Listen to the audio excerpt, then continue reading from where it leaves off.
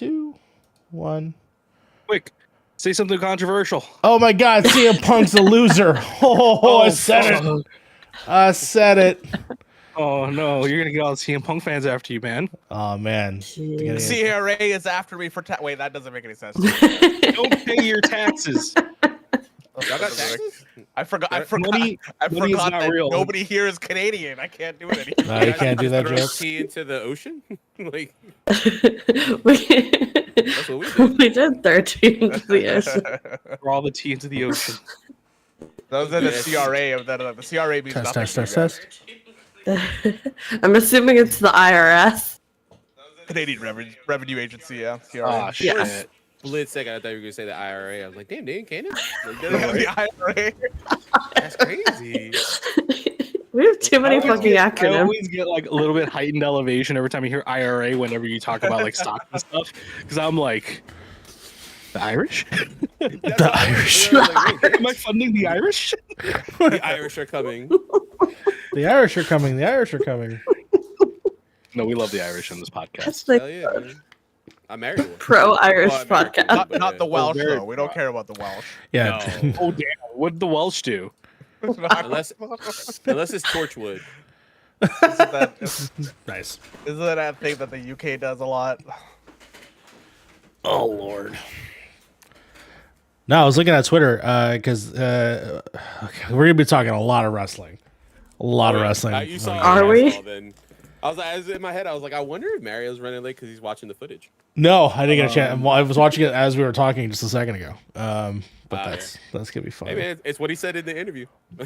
Yeah. Okay. I'll bring that up a little later here. All Did right. CM Punk? Did CM Punk do this time? So, well, you know what? This is post-show content. Basically, WrestleMania is happening, right? He made an interview where he basically told everything that happened to when he got fired, like step by step, like how he got fired.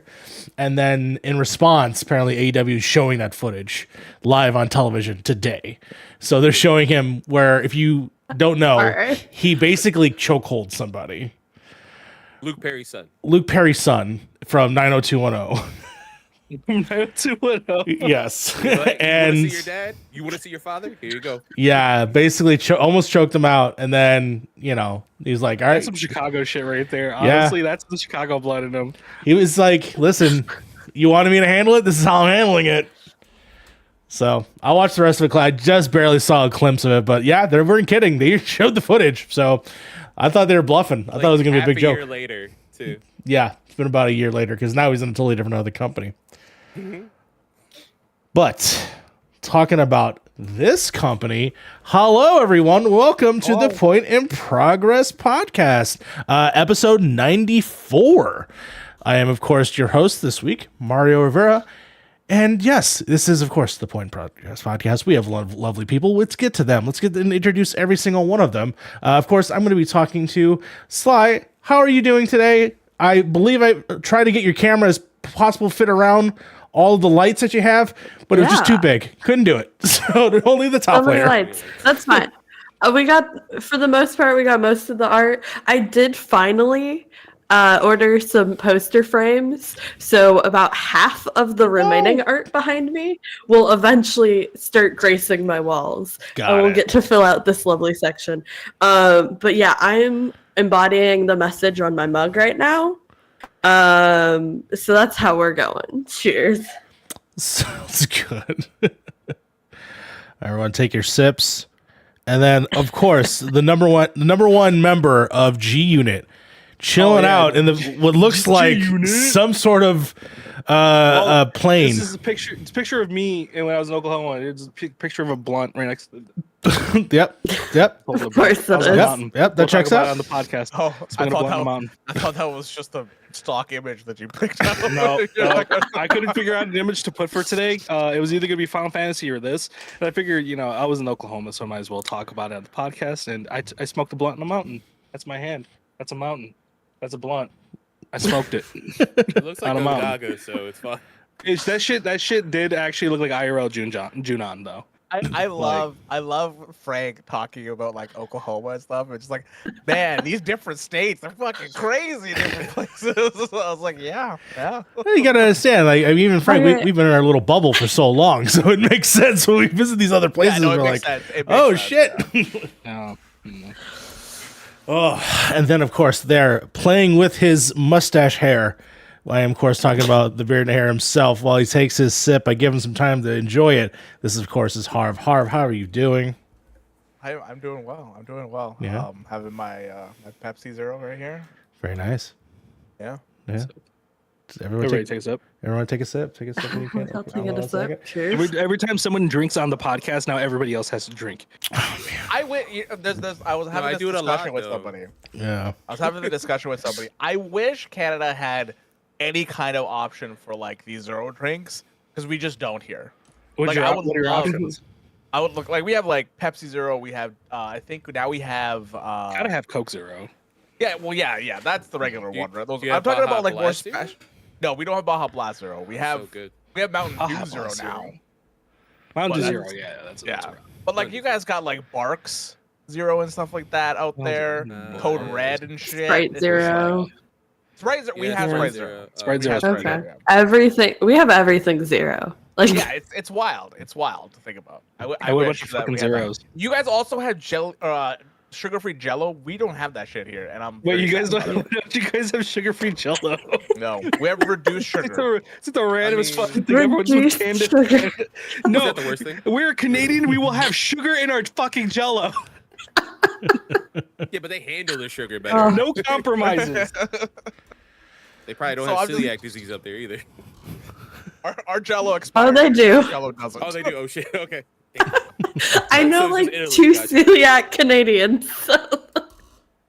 Did you think that there were no celiac Canadians? If we would. I mean, I just assumed y'all didn't use processed stuff like America does. Oh, Yeah, wait, we you still guys use don't it. No, have- we still use it. Is there We a still use it. Canadian cheese? Like, what would be your Canadian cheese? Cheese curds.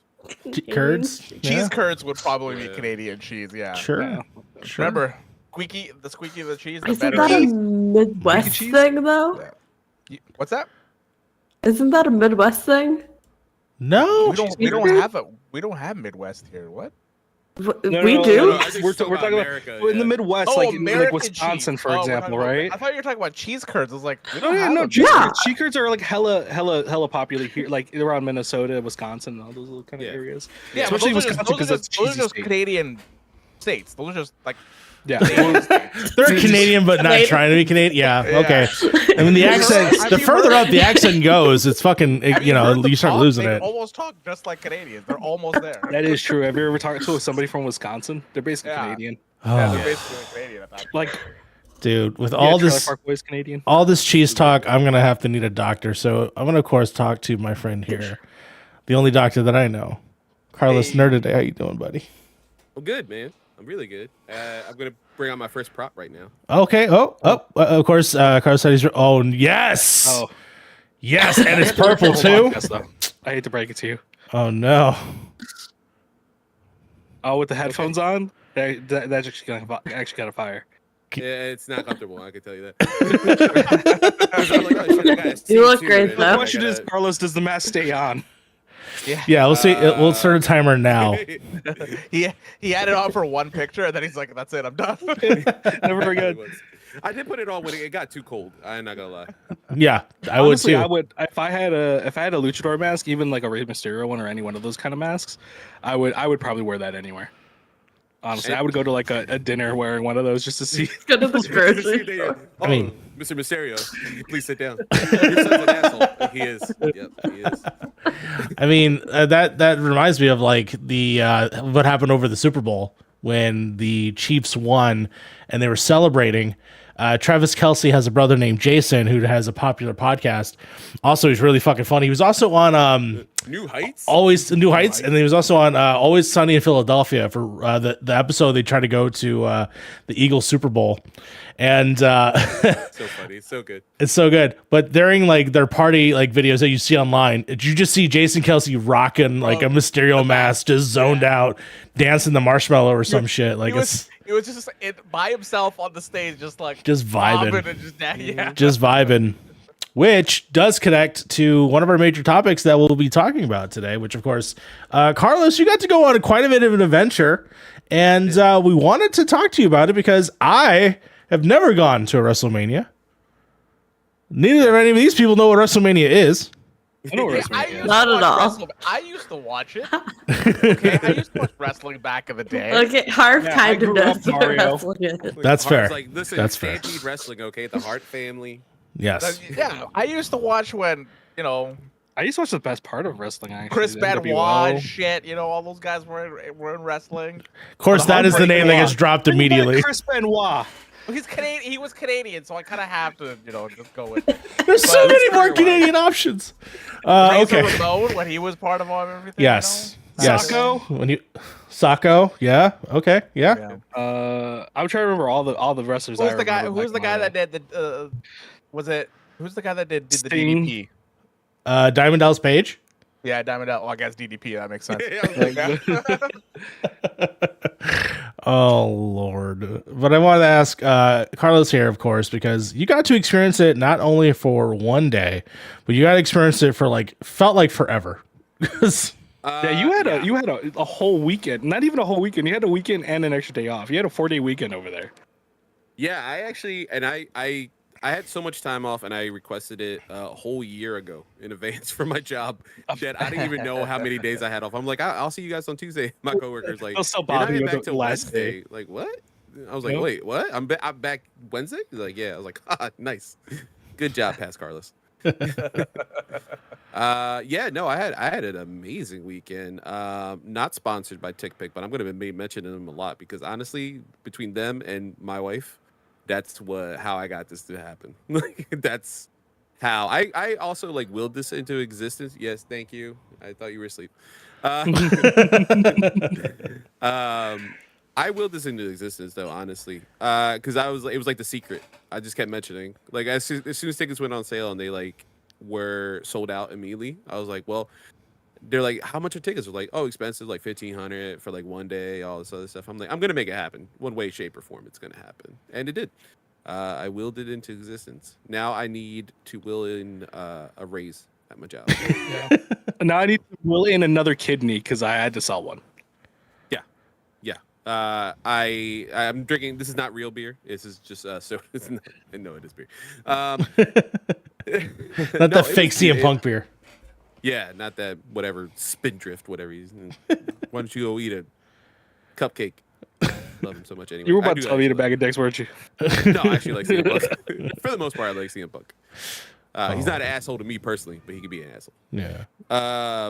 But no, man, this weekend was absolutely incredible, man. It was once in a lifetime. It was my first time ever going. It's the second time WrestleMania was in Philly. Last time was 25 years ago. Oh shit. Yeah, so it was WrestleMania. So it's like an 14. eclipse. So Yeah. you gotta make sure. Once every How 40 cold it years. was, I don't think they're ever coming back again. Wasn't there an eclipse 6 years ago or something? That was Yeah, eclipse it was 2 the days same- ago. it's not the- it wasn't the same 2017? time, right? Was it a lunar or some shit like that? I don't know the There, difference. there I was don't know. there was an eclipse There was, yesterday. So Yeah, did you Yeah. stare at it? I got superpowers, bro. I can see I into know, the future man. now. I'm like Peter Petrelli. Remember, kids, Say to the stare cheers, at say the the world. solar eclipse because you will get superpowers. Yeah. You know what, kids? Just go stare at the sun now. Maybe there's a chance. Maybe you get some residuals. Hi, kids. Do you like violence? Great. Oh my god! But yeah, I mean WrestleMania. This is the 40th one. Of course, WrestleMania is the Super Bowl for wrestling. No matter what company you're from, to me, this is still the ultimate pinnacle event. But yeah. So you got to go. So what was the experience like actually going? Like in terms of the day for you? Because I know that you went to some other stuff too, right?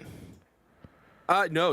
I planned on to. Originally, I was gonna do. I was like, I'm gonna do Effie's Big Gate Brunch just for everyone's to know. Every Yeah. other company does come into Philadelphia or whatever city WrestleMania's in, just to do all their events in the town at that time. So there's a WrestleCon, which is all the people who aren't on WWE.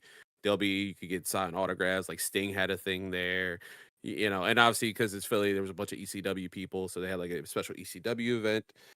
There we have the 2300 arena, which is one of the most famous arenas because that's where ECW was founded in Philadelphia, that bingo hall that time ago. But yeah, there was a bunch of events all around the city. There was, I'll do a cheap pop for my my wrestling podcast because we're coming back to Apron Work podcast. So my co-host got to go to one of our events. We interviewed a wrestler, Mecca Brian Johnson, and so he went to his event to go see him wrestle. I wanted to. There's a company called GCW. I don't know if anyone's aware of who they are. They do like a lot of extreme stuff. GCW. Yes, I do know who they are. I was gonna say. I was like, I think Mario might. Yeah, I do know that. Yeah. So they had about like 7 or 8 events like right after another, like bang, bang, bang, bang, bang. The two I really wanted to go to were the most difficult, and I ended up not going just because of time wise. Was they had an event featuring all black wrestlers called For the Culture. That started. I was so hyped for this. This is how disappointed I was. I was so hyped for it. It was Friday night. I was like, oh, let me see what the time is. Like, I know the tickets are going to be cheap, so I could definitely do that. 11:59 p.m. is the start time. PM Start time. That's actually kind of cool, but I don't know if I would go to it like a midnight. There's wrestling. an event like 20 minutes before at the same place, like from the same company, but like because they differentiate like what's happening, like for the specific like event that you're watching. Again, this is a like black focused. And I was like, oh, I'm so hyped. I'm like, oh, another wrestler that I interviewed was on there, Alex Kane, who was former MLW World Heavyweight Champion. And I was like, oh my God, like this is gonna be awesome. I'm gonna go there. I can see Alex again and say hi, what's up? And then I saw the time. I was like, nope, too old. I am too old. And then it came to WrestleMania Saturday. Now the first event, non-WWE related, was Effie's Big Gay Brunch, which Effie is one. I've been wanting to go to this one for so long. Oh my God, dude. It killed me not being able to go because, again, if in an ideal world and I was able to somehow stay awake for all this time, 11:59 starts For the Culture. That ended at 2:30 in the morning. At the same event hall, at 11 o'clock in the morning the next day was Effie's Big Gay Brunch. There's no way. I would have been so tired for WrestleMania in general. So I unfortunately had to say I couldn't go. That makes sense. But that's a queer focused wrestling event, which is awesome. Yeah, this is their 9th one, right? If I'm not mistaken. Yeah, I think so. Yeah, dude, he's awesome. He's one half of a tag team called Bussy. We've seen them live. Me and Frank Dav. Oh hell yeah! Are we? Yeah, they're at the arcade. They're wrestling against GPA and Lonnie Lane. You got to describe this because I feel like I know this, but like I'm trying to remember exactly. So I know which event you're talking about. I'm just trying to remember who they are. It's a tag team. It's a male gentleman named Effie, raging homosexual, and then we have teammates. Oh my God, Cat. Yes. And then basically it was an intergender match between them and the other team. I do remember this. I'm just trying to remember their faces. But they're basically called Bussy. It's just hilarious. Just the fact that it's a little bit of a boy pussy pun is fucking hilarious. But yeah, Effie. Badasses. And I've met Effie several times before, taking photos. I actually have a signed picture with him. But basically, yeah, I remember. It was the fucking mustache. I remember the mustache. Yeah. He was wearing like, if I remember correctly, he was wearing like high up shorts. Oh yeah, high up shorts, probably fishnets. Like they're so good. But for some reason in my mind, I thought of the other guy who does that with the mustache, and like he's got a really giant ass, and he just gets his ass beat everywhere. You know what I'm talking about, right? Yeah, I think I do know what you're talking about. He was on like UFC. He's like on an interview. He has like the little green screen in the background, just getting his ass beat. Yes, I know exactly what you're talking about. He looks just similar to that dude. Exactly, it's just like him. But yeah, it throws these events every WrestleMania and like recoups money because it's the biggest event ever. So yeah, still always wanted to go. Never my city. That was the most disappointed I've been for this weekend, was like not being able to do either, or just because I would been dead tired, like just exhausted beyond belief. Because prior to this, WrestleMania was one day. That was it, and no other company was in the city. I was gonna say, I don't remember it being like a week-long thing. I was confused about it because usually it's only one day. So like, it's one of those things where Amber was like, "Oh yeah, the first day is out." I was like, "Wait, what?" I thought WrestleMania was on a Sunday the entire time, like because wrestling events are always on Sunday. WrestleMania. I try to remember when the first time they split it off into 2 nights. I want to say it was before the pandemic, if I'm not mistaken. It was a little bit before then. I think it was like the year before. Yeah. Yeah, so basically they were like, WrestleMania is 8 hours long. Nobody wants to watch much. that straight, especially live, right? And you're in that stadium Yeah. in those seats for such a long period of time. And so they've recently decided, you know what, we're going to split up the card into 2 nights. It's about 4 hours now a piece, which is a lot more manageable. That's a And- lot. That's a very digestible, especially for a live event. Yeah, that's somewhat of a normal pay-per-view length anyways, except, you know, it's just that WrestleMania is... That's a sporting event just in general, right there, like 4 hours here. Yeah. So Yeah, and WrestleMania that is the itself biggest event. exhaustive, it's exhaustive in itself. You know, like I mean, we'll get into it in a little bit, but like Saturday and Sunday was exhaustive in their just own right. You know, just in general. But I mean, those events, man, like they have when it used to be 8 hours. I mean, was it fun? I made the best of it at home. You know, like I had snacks and stuff like that. But like, I clearly remember. I think it was the one in New York. I think when Becky Lynch wrestled Ronda Rousey and Charlotte Flair to combine the belts.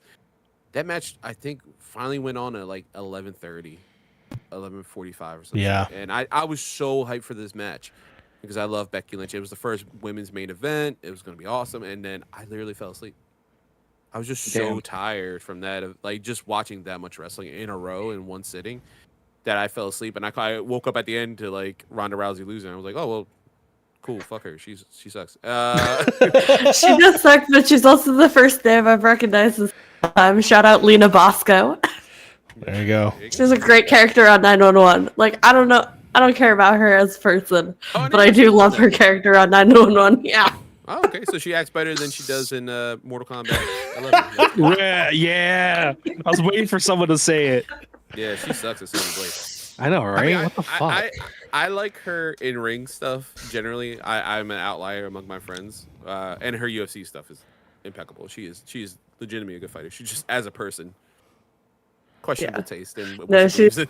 in the Tsunami arc in season 3 of 911, and I don't know, her character's fun. I like her. Did she fucking wrestle a tsunami? What the fuck happened in that season? I want to see someone No, she's a firefighter. RKO a tsunami.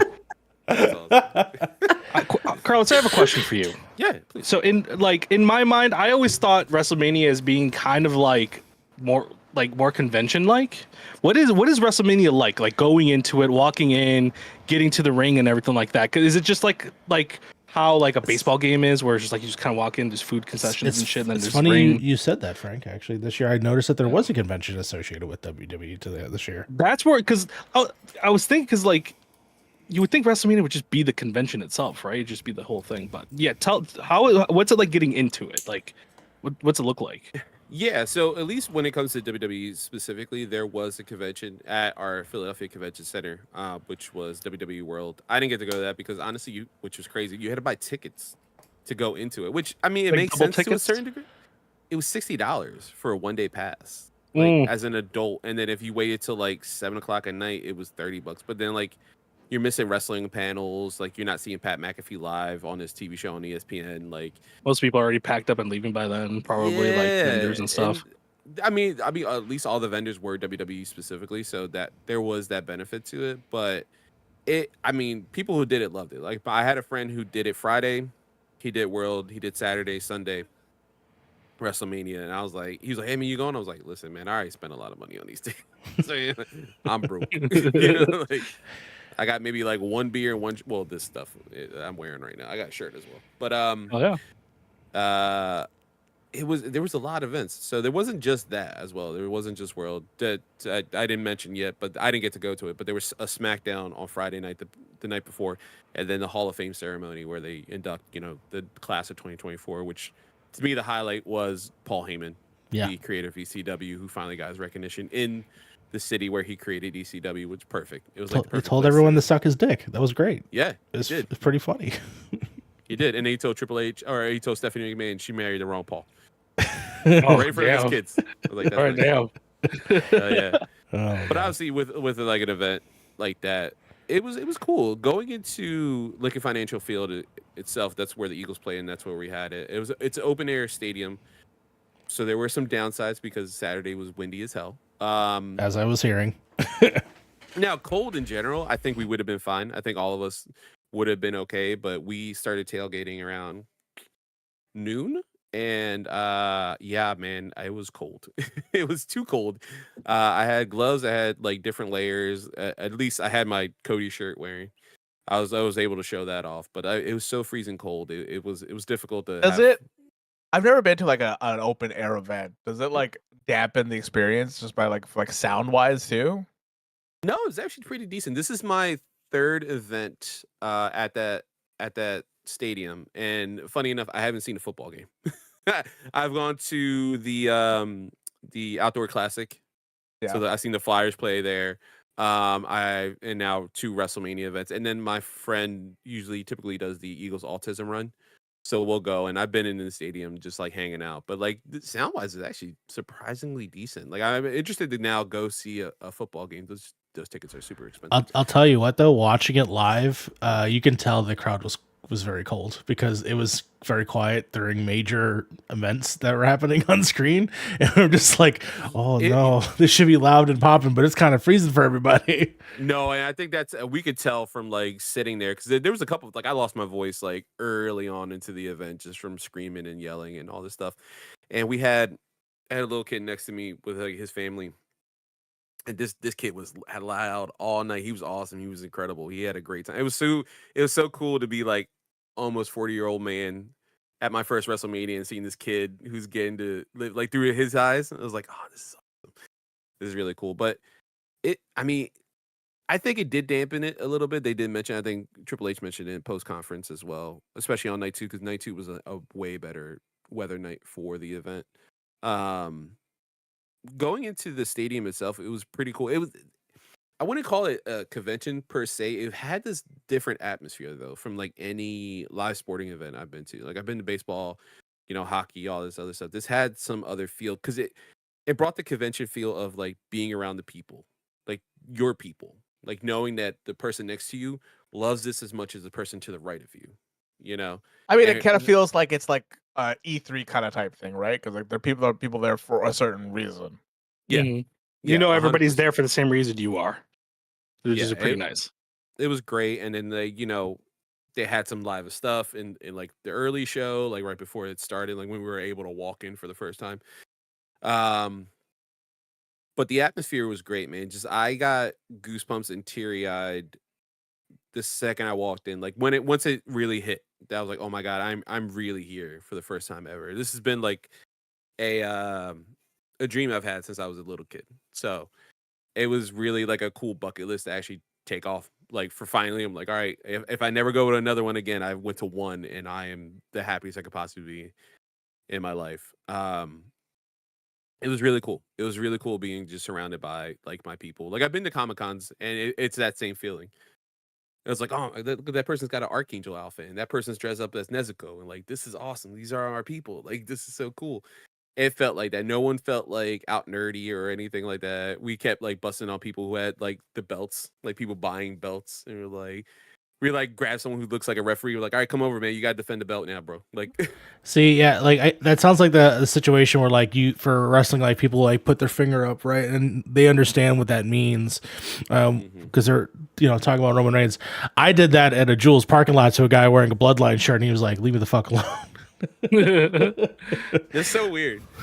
That is so strange, man. But it was so cool. Like everyone's like just screaming LA Knight's catchphrase, which is the most basic catchphrase ever. It's just yeah. Everyone's just talking to each other. Everyone, is in on the game. Everyone's like wearing Bloodline stuff. Everyone's showing respect to their tribal chief, and actually standing up and like making fun of everybody around them and be like, no, you stand up. Like he's your tribal chief. Like it's just everyone was in on it, and it was just such a great atmosphere. Pre-show, I think I tweeted this out. I got interviewed by Dan Riker for Giant Bomb. Yeah. So I think that video is going to be up sometime this week. Yeah, I gotta look for that. I think at some point, which is not how I thought I'd be on Giant Bomb for the first time, but I'll take it. I mean, it's kind of fitting There you wrestling, go. Yeah. They I didn't did. get to pimp any podcast, but I was like, hey, listen, real quick. I do want to check out. I think they just did post a video about their post thoughts. I wonder if it's stuck in there or if they're gonna do a vlog type thing.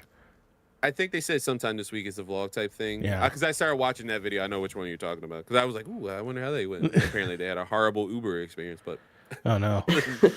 which is fair. It's Monday was a shit show. But yeah, it was really cool, man. And then we I mentioned this pre-show because we were talking about NHL playoff tickets, and I was telling Harv about the site that my friend used, and then I ended up using for Sunday and Monday. TickPicks. They're not sponsoring any of Not a them, but sponsor.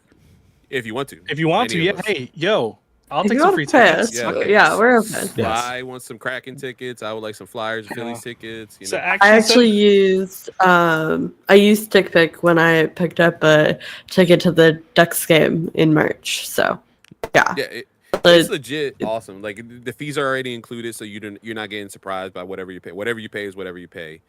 We got very lucky. We got I think $200 tickets for Saturday. Okay. Yeah. We could go. And then we Yeah, got no, like upgraded. people are always like, Game Time is the other resale place that people talk about, and then it'll have like a price, and then it'll have like a $40 fee or whatever. And I'm not about that. I'm like, just tell me how much I'm gonna be paying. Like, don't try to hide it in the fees, right? Yeah, I don't want you to lie to me. Like, Yeah, I'm willing to exactly. put the money out, just like let It's me like, know how oh, this much is I gotta $80. really get. Fantastic. 150. What are you talking about? What do you mean? What do you mean? Exactly. $50 in fees? No. That was crazy because I actually went on Ticketmaster the day of just to see, like, while we were like tailgating and having Yeah. a couple of drinks. I was like, let me see. They probably have some reseller stuff like on officially, and I looked. I was like, oh, like no, that's kind of expensive. And I click on like go to checkout. I was like, it went from like $300 to like $600. Like, damn. Yeah. No. Where's that that's money going? Ticketmaster? absolute trash. To sort of just generally explain, obviously, the event of WrestleMania, I mean, if you go to it, it's essentially a pay-per-view where there are scheduled matches that are going to be throughout the night. But to me, WrestleMania is more than just the individual matches. It's the sort of it's the match, just the sort of like showcase of this like pageantry of costuming, lights and explosions, the crowd audience obviously participating in basically almost every element of it. I think all of that just being combined together really makes WrestleMania special. So for you, obviously, you going from the show, tell me when that started, especially all the way up to the the U.S. anthem all the way through. How was that? Yeah, it was insane. Even just from jump, like just coming into the stadium, getting our seats. We got upgraded seats because we know somebody, or at least someone in my group knew somebody, so we got upgraded seats. So we got really good seats night one. And again, like just music wise, it felt like a big party. It just felt like a big party. We had a DJ, we had a live DJ. He was playing some music beforehand, playing some wrestling themes, just like joking around with the crowd. The anthem was beautiful. It was crazy how clear it was. Like it was surprising again, like how well the sound was working in the stadium at the time. Once it came match wise, I mean the perfect opening too. We had, if you're a heavy metal fan, like I am, Motionless in White started playing for Rhea Ripley. Yeah. Who is the women's world heavyweight champion. They played her out. They played her theme song, which is they normally do her theme song anyway. So that was special. I actually called. I've tried to FaceTime friend of the show, Kelsey, Tom Joe, because she was literally like her TV at work froze. And I was like, well, fuck it, I'm at the event. Let me FaceTime you. And I see her. It's like all distorted. She's like running to the car because Mike, he paused it for her so she wouldn't miss it because he's a great husband. He's a great dude. And I was like, I'm here. Like, I'll show you live. And then like FaceTime wasn't working. We were like, what the fuck? It was hard. It was like beautiful and horrible at the same time for her. I was like, felt so bad. But yeah, man, the atmosphere was great. The pageantry is another thing that I think doesn't get talked about a lot, Mary. I think that's a really good way to present it because especially back in the day, like obviously I'm wearing this mask right now, which is a throwback to 1997's Halloween Havoc. Halloween Havoc, baby. WCW. Yeah, man. This is based on The Phantom, that very famous Billy Zane movie. or comic strip. Or comic strip, yeah. But Rey Mysterio wore this, a mask like this, obviously, to wrestle Eddie Guerrero at WCW's event in 1997. So I bought this. It was a special. Actually, funny enough, too. It comes with a Halloween Havoc bag. Ooh. Yeah, with the old ass logo. That's cool. I actually That's gonna take cool. this off because I'm starting to sweat.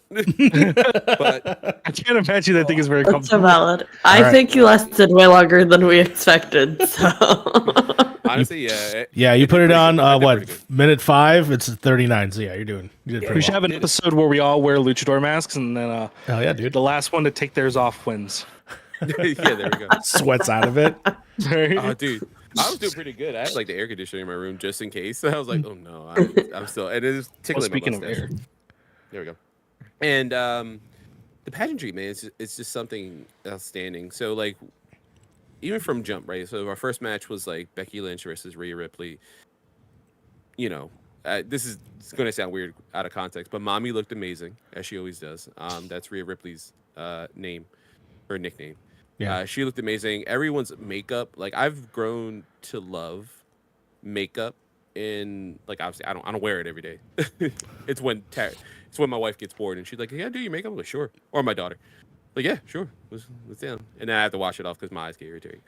But I've grown to love like cosmetic makeup, and like a lot of that stuff is so cool to me. Like what the level of detail that they get into, and both women just came out with like the most amazing like warrior paint basically for each of them. Becky Lynch came out with actual quotes from her New York Times best-selling book on her outfit, which is awesome.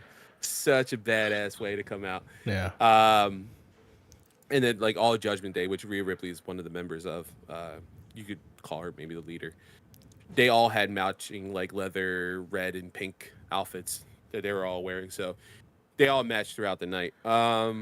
Yeah, I mean one of my favorite outfits that I saw in both WrestleManias was Bianca Belair's group, Naomi and Jade Cargill, because they were essentially the X-Men for the most part. Like there was someone with Cyclops, they had like the visor. Jade Cargill looked like Storm and looked amazing. The only confusing one was Naomi had this like sort of Ryden mask, like Ryden hat thing. Like she was almost like Kung Lao, Raiden. Yeah, Kung Lao. Like she had this Did you thing. get the memo that it was X-Men? Well, her whole thing is that she glows different colors, and so people were theorizing that it was supposed to be the Infinity Gauntlet, but at the same time, I'm like, dog, you could have just been Magneto or something. I don't know. Like, Yeah. the X-Men theme is right there. We got to put like a photo of Jade Cargill because she looks sculpted out in stone. I'll see if I can pull- impressive physically. Yeah. She has like a Storm outfit. Yeah, if you can pull the outfit from Saturday. Yeah. Yeah, the cosplay is pretty good when wrestlers kind of like they show their personality through their costumes. You can tell. Like Mario sends me the ones that are like Red Hood. I think Carlos, you've even sent me a few of them too. Oh, of yeah, like John some of the Moxley comic book did. ones. Yeah. Yeah, if it's either Ricochet does it a lot, or even what's his face? Oh my God, sorry. Don't Google Jade Cargill. Actually, Google Jade Cargill. Go ahead, just do that. You're gonna get a treat. I didn't mean to do that. Now I have to know. What was the name? Jade Cargill. Anyways, looks fantastic. Okay. Also that. Come on. Yeah. She's more in shape than Oh, any she's other person sculpted. I've ever No, seen 100%. in other person Yeah, in the that's what I'm saying. universe. Like, But whoa. 100% Google Jade Cargill. It's fine. She is a comic book character. She's a comic book It's fine. character. She's made 100%. That's like actually comic book physique right there. Yeah. Yeah, it legit. Yeah, and I mean, even when you get into like the next match was like the tag team match, everyone came out had fun with their outfits. Like one of my favorite outfits was New Day, which is one of my favorite teams of all time. Xavier Woods, Kofi Kingston. Obviously, because they're in Philly. Kofi dressed up as Rocky Balboa, so yeah, Rocky Balboa inspired tights, and then it's pretty much Apollo Creed, but also Xavier Woods' former character in another promotion, TNA. He was called Consequences Creed, which was based off Apollo Creed. Yeah. So he came out in that outfit, which I popped big time. I was like, "Oh my God, Consequences Creed is back! This is amazing!" And I'm like trying to explain to my daughter the next day, like, you don't understand. Like, this is what he used to look like, and she's like 5, and like. That was my whole weekend, was like, hold on, you don't understand. The reason that this is significant is this little minute detail. Like, this goes back 10 years. Like, Yeah. Like he wore this one time in 2006. yeah, on a Sunday. Bingo hall. Yeah, exactly. Damian Priest was another one who now is. I was gonna say, wow, 2006 was 10 years ago. That's crazy. And then I realized it was like 17 years ago. I can't do Yeah. math. Look, Say it out loud. I'm fine, man. That. Yeah, that kind of hurt actually. Yeah. Oh, for you guys, yeah. Me and Harv are over here aging rapidly as you guys are talking when you say that. It's like a running gag with Chaos Bringers that we're just like every time Frank says like, "Oh, this game I wasn't even born yet." It's like what? I wasn't born yet. It's me and my coworkers. Right? Yeah. Jesus Exactly. Christ. But even like Damian Priest, he came out with a very Puerto Rican inspired carnival mask, which was, dude, I got teary eyed. I literally did because he always like represents the island anywhere he goes. And it was really awesome to see that, and then the next night when he won the championship, I joked around in 6-1 Indies Discord because they have like a whole little section about wrestling. I was like, if this happens, I will magical girl transform like Sailor Moon-esque into the Puerto Rican flag. And like it felt like it was gonna happen. It felt like the colors were just gonna come out of me. Like I was gonna just turn it into the Puerto Rican flag. I thought it was gonna happen for a moment when he won. But man, it's just a different atmosphere, and I will implore anyone, even people who have not seen wrestling in a very long time, especially now, which is this new era that was coined these past like 3 days, this new era of professional wrestling. I would urge you to watch WrestleMania, both nights if you can. I think anyone can jump into it if you like any sort of drama, like. Sly, you were talking about 911, right? All the drama that comes in that show. There's a tidal wave coming. I think the season premiere for this season was like they were on a boat for their honeymoon. It was capsized. Yeah, cruise ship. Like, yeah, exactly. Like, you get that with professional wrestling. Like, it's if you like anime, you get that with professional wrestling.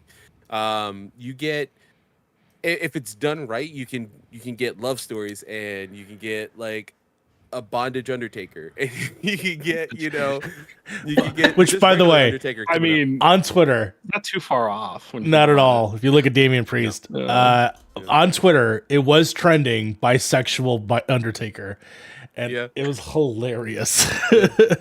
That's our champion. That's As our guy. it should be. Yeah, WrestleMania 40 really felt like the series finale of That's like how WrestleManias always kind of feel, though. Yes, No, but this one specifically, this like series, like this was the end of an era. This was the end of Vince McMahon's touch entirely. Like this was like all the new reign, right? All Paul Levesque, who is Triple H, all Nick Khan, all these new people that are in charge, and even The Rock in some ways also somewhat in charge, which was actually in storyline, which is cool. So that way when Raw happens, you are kind of starting back at square one for a whole new generation, which is sort of what they've been establishing with this WrestleMania. It being sort of the another 10 sort of WrestleMania being the 40th one. Yeah, and usually those 10s are always big, right? WrestleMania 10 was big. Yeah. WrestleMania 20 has one of my favorite moments. So we mentioned Chris Benoit earlier. I mean, fuck him, because you know what he did. Fuck him, but also research head trauma. But fuck him. If people don't understand the bring back Benoit joke, it's an old like super best friends joke. Yes, it's a very old super best friends. It's a very old super best friends joke. Yes. But that has one of my favorite moments with Eddie Guerrero and Chris Benoit at the end of WrestleMania 20. WrestleMania 30 with the advent of Daniel Bryan, who's now Bryan Danielson, like literally one of the best wrestlers in the world, like winning. Like it felt like a crowd moment, but this one felt truly different. And I know obviously they made a point of saying it multiple times. Stephanie McMahon had her first second public appearance since leaving the company after her father took control about a year ago, like forced control back.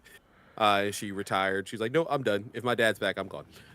And now he's dead. Basically, publicly. Right? As he should be. Yeah. As he should be. He cannot come back. He could just actually die. That'd be great. That'd be like, honestly. But what they definitely purposely have done is established that WrestleMania was 2 nights, and they basically just did the fucking Infinity Saga, which was incredible. It was truly like Infinity War and then Endgame. Yeah. Night 1, night 2.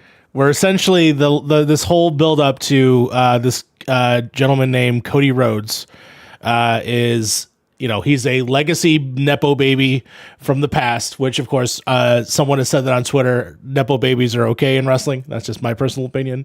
But his father never won the title. And so this was his chance to finish that story. And then the opposing side, of course, is Roman Reigns, who is also a Nepo baby because he comes from a long line of people from this sort of Samoan dynasty of a family going far back from The Rock to even further to Rikishi and Rikishi's sons and like Haku and Fatu and like all this just long line. And so essentially it was the clash between these two families. And, The Rock, being the new evil Rock that he is, found a way to basically screw over the good guy. And so like that meant that like so basically there was a 2-part match. There was, if they lost or won the first match, they get to stipulate the rules for the night 2, which then was the championship match. And so the good guys lost, which means that the bad guys got the upper hand on the last night. And so it very much was one against this entire army of a family, except, do you want to give the breakdown of all of the cameos and the portals opening for this fucking... Literally, I when I was talking to Mark, who was the person I ended up going with Saturday and Sunday with, a good friend of mine, we used to have a podcast called Entrance Ramp. Rest in peace. I described we had a podcast called Fantasy in Progress. True. Also, rest in peace. Yeah, MC University and something else coming down the way. Who knows? Fucking died. We got to send off MC University. We get to be Frodo on the ship honors. And go away, okay? Just saying. And then someone's coming in with a similarity. Who knows? Yeah, we might do The Hobbit next. Who knows? Who knows? Yeah, who knows? But yeah, I literally kind of called it, and I was like, "Listen, I think it's gonna be like on your left moment. Like, I think we're gonna get like Falcon coming out of nowhere, and it really was that." So we had, with The Rock winning night 1, purposely winning night 1. He wanted to pin Cody Rhodes to kind of prove a point. It was the stack. The odds were stacked against Cody. Seth Rollins was his partner, who was the world heavyweight champion. There are 2 world championships. Pardon me, a WWE Undisputed Universal title and then a world heavyweight championship title. And Seth took a big beating night before. He was the first match, night 2. He lost. He ended up losing his title despite a valiant effort on his part. And then Bisexual Undertaker took the title from that person. That's a whole different thing. That's a whole other story. As he should. As you should. As you bisexual Puerto Rican Undertaker should always win. Hell yeah. That's who I root for in my life. But night 2 ended with this beautiful main event: Roman Reigns and Cody Rhodes. This is their second encounter, 1-on-1, second year in a row, second WrestleMania. Cody Rhodes won Royal Rumble to gain an ability to challenge for any championship he wanted, and he won it, Roman Reigns. So we get into night 2. Pretty normal match. In the chat, Lord, of course, wrote the Undertaker. Yeah. That's what we're gonna call Damian Priest from now on. Unofficially, the Undertaker. he actually was serving cunt that night too. He looked. Yeah, he was. He looked good. He looked good with them braids. Anyway, not me fangirling. So we get to this end game scenario. Cody's doing pretty good against Roman, the tribal chief. He's been champion for, at this point, they say 1,346 days or something. Basically like that. 4 years. Yeah, 4 years. And this is post fighting a big bout of leukemia, his second round of it. He came back, finally kind of destined to be the character we kind of always wanted him to be. They've been shoving him down our throat years prior, similar to John Cena. So many of us old wrestling fans were like soured on him. He like when he won the Royal Rumble in Philadelphia, we booed, even though he was a good guy. We booed the hell out of him. We booed The Rock for trying to endorse him that night. We were like, nah, no, fuck him. That's not the guy we want. We went with the short little guy with the big beard. John Cena as an actual human, pretty decent. Fun fact. Yes. Yeah. Actual human. awesome. As a wrestling character, shoved down my throat for most of my our adult lives. Fuck them. Fuck them. Might So come back valid. later in this conversation. Yeah, and then as a even older adult, oh man, I appreciate you now. I appreciate what you did for me. But yeah, so Roman comes back. He's his evil here character, has one of the best managers ever in the business. As Paul Heyman, as I mentioned before, the former owner of ECW. His wise men, as he calls them, his council, special counsel, and pretty even match. Nothing too crazy. You know, they're hitting each other's moves and stuff. Gets a little wild, a little crazy since it's bloodline rules, so anything goes. The bloodline's the faction that Roman Reigns controls. He's the head of the table, so it's like any Samoan that's not Samoa Joe basically is part of this family. He can summon a Samoan at any moment. Yeah, as long as it's not Samoa Joe specifically. Yeah. Since he's not Samoan like Anoa'i. fucking Samoan Voltron. Samoa Voltron. Like it's almost like Samoan necromancy. Like you just like summon them and they just appear. Necromancy. Damn. They're give We're me a close. minute. There's it. Yeah. Let him cook. Let him cook. Let him cook. The match starts going, in Cody's favor. He's about to hit his finishing move, the Crossroads, for a third time, similar to the year prior. And here comes Solo Sikoa, one of the youngest members of the Bloodline. Yep, that was Smokrency. Oh, that's right, Jimmy. There Jimmy you came go. out first. That's correct. Jimmy Uso, who is in his pawn. This is Rikishi's one of his sons. Yeah, one of Rikishi's He sons. has 3 sons: Jimmy, Jay, and who are twins, and Solo Sikoa. Jimmy comes out. He's still a bad guy. He super kicks Cody. We all start booing, obviously, because we're like, no, not again. Please, no. And then his twin brother, Jay, The his music hits. And we're all freaking out. We're singing. We're doing the whole, we're singing. We're yelling yeet. He starts beating up his brother to even the odds. So he's taking out his brother. He eventually tackles his brother off of the WrestleMania stage onto a table. So they're both out of the picture. They're both out Now of the picture now. Back to 1-on-1. Now Roman has the upper hand a little bit. Cody's fighting back. Goes again for the Crossroads. Now Solo Sikoa comes in, who is like kind of the enforcer of the Bloodline group, Jimmy and Jay's younger brother. And he hits, they have a famous uncle whose name was Umaga. He had this move called the Samoan Spike. He's inherited this move. Yeah, God, Umaga was so good. So he hits the Umaga like Samoan, I forget what it's called, the thumb move anyway. Yeah. He hits that. It's like, oh my God, here we go. This is last year all over again. Roman Reigns is gonna win. And he kicks out. He hits a double move. He kicks out. Cody's resilient. And then finally you hear John Cena's music play. And the crowd goes wild. Whether it be child or old man like myself. I'm like, you know what, John Cena? You're allowed out here for once. I want you here. Yes, Lord. It was a Samoan Spike. That's the name of the move. Thank you. And so then now John Cena is fighting Solo Sikoa. He takes him out, AAs him, attitude adjustment through the table, taking out the Spanish announce table, of course. Yeah. God damn it, every time. Then, mind you, that happened and Logan Paul won. So like WWE's just racist. Just racist Actually against, racist. Just racist against Puerto Ricans. Is this news? Yeah, no. I said that. By the way, I yelled that when Logan Paul won because I was like, "Oh, great, they're racist." There was like 6 white dudes that turned around, looked at me. I was like, I'm right." I said what I said. I said it. Are you Yeah, racist this is too, one Puerto Rican- motherfucker? Yeah, it took 50 years for another Puerto Rican to win the world title. Get out of my face. Oh, you turn around, you're racist too. Yeah. God damn. Go watch the match. So anyway, he goes through the Spanish announce table. It's good. He's gonna go beat up on Roman, kind of even the odds, so Cody has a better advantage again.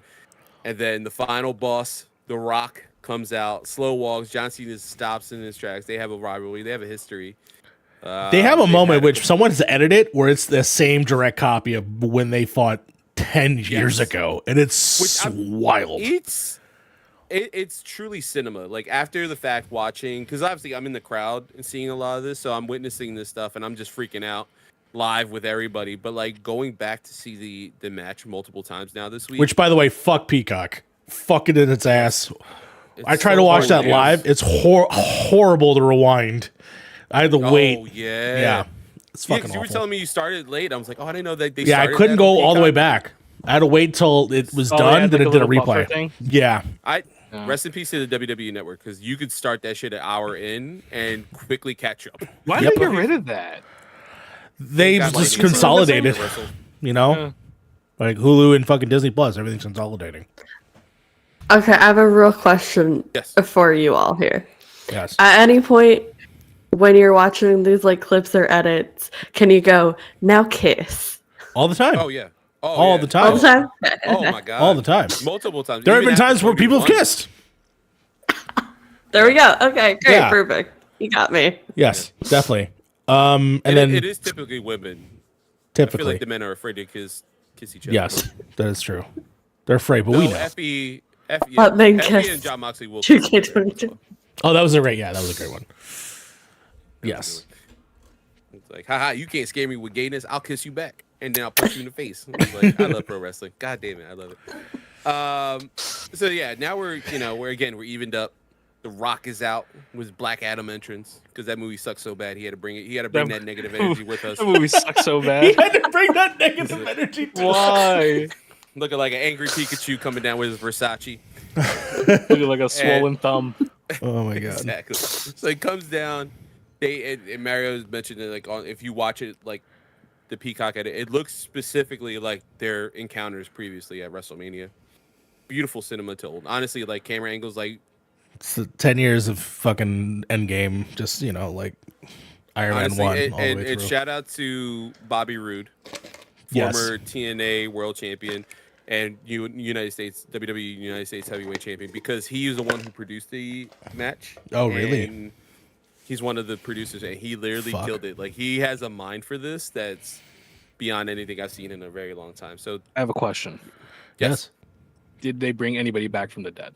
Yes, actually. yes, the next person. The very next person. Yeah. I was like, this is the only way this could get more ridiculous if they brought back somebody from the dead. Fun fact, Frank. So The Rock takes out John Cena, whoops Okay. his ass. He's by himself. He's about to take out Cody Rhodes, and then you hear a gong go Oh off. god. And then No. I, myself, freak out. I was hoping it was glass shattering, but it wasn't not that. But a gong goes off, and then the lights go off. And then another gong goes off, and here's Undertaker. Now, we're not talking old school leather Undertaker. American Badass? He had a hoodie on. He had a hoodie You know, on. He was cold. Was it a thin red line hoodie? Listen, I'm not happy about it, but he did it. You know, he was in the ring. You know, he was in his leisure attire Yes. Okay. as the dead man.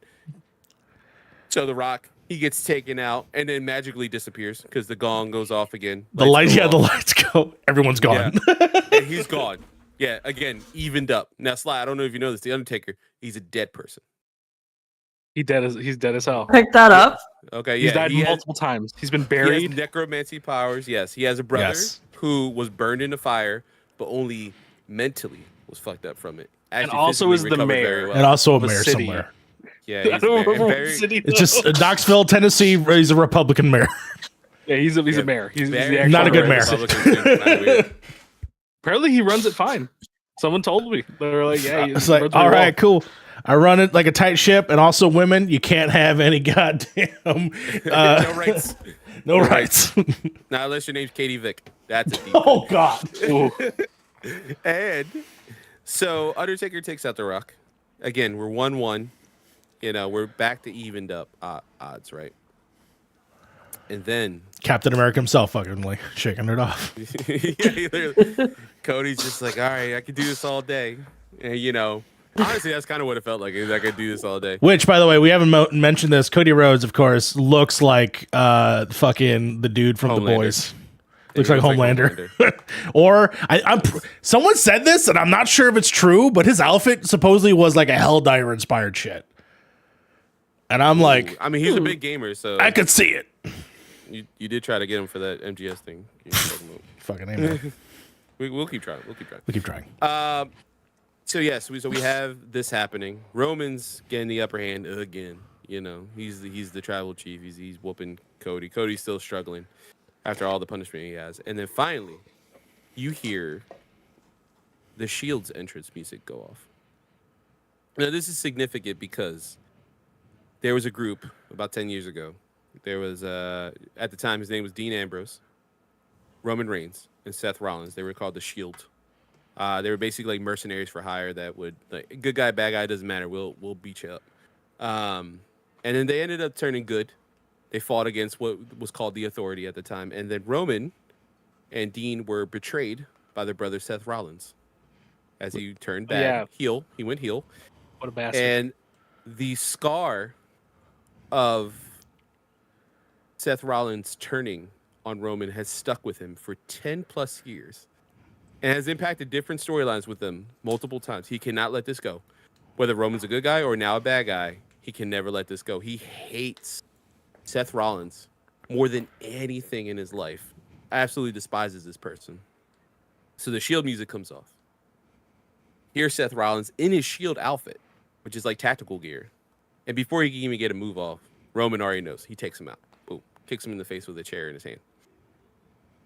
And as Seth is struggling to get up, Cody's starting to struggle to get up. Roman looks, he has a chair in his hand and looks, I can hit Cody right now and end this. Or I can finally get revenge, 10 years of revenge on the one person that screwed me over and hurt me the most I've ever been hurt in my life. And Roman chooses to hit Seth Rollins with a chair, same way that Seth hit him all those years ago. In a lot of ways, Seth knows this and brings the chair on purpose, knowing that he will do this because the scars are that deep. And he understands that in order to get, he's like Jason, like Roman Reigns, like Jason. He knows what will fuck him up in a lot of ways.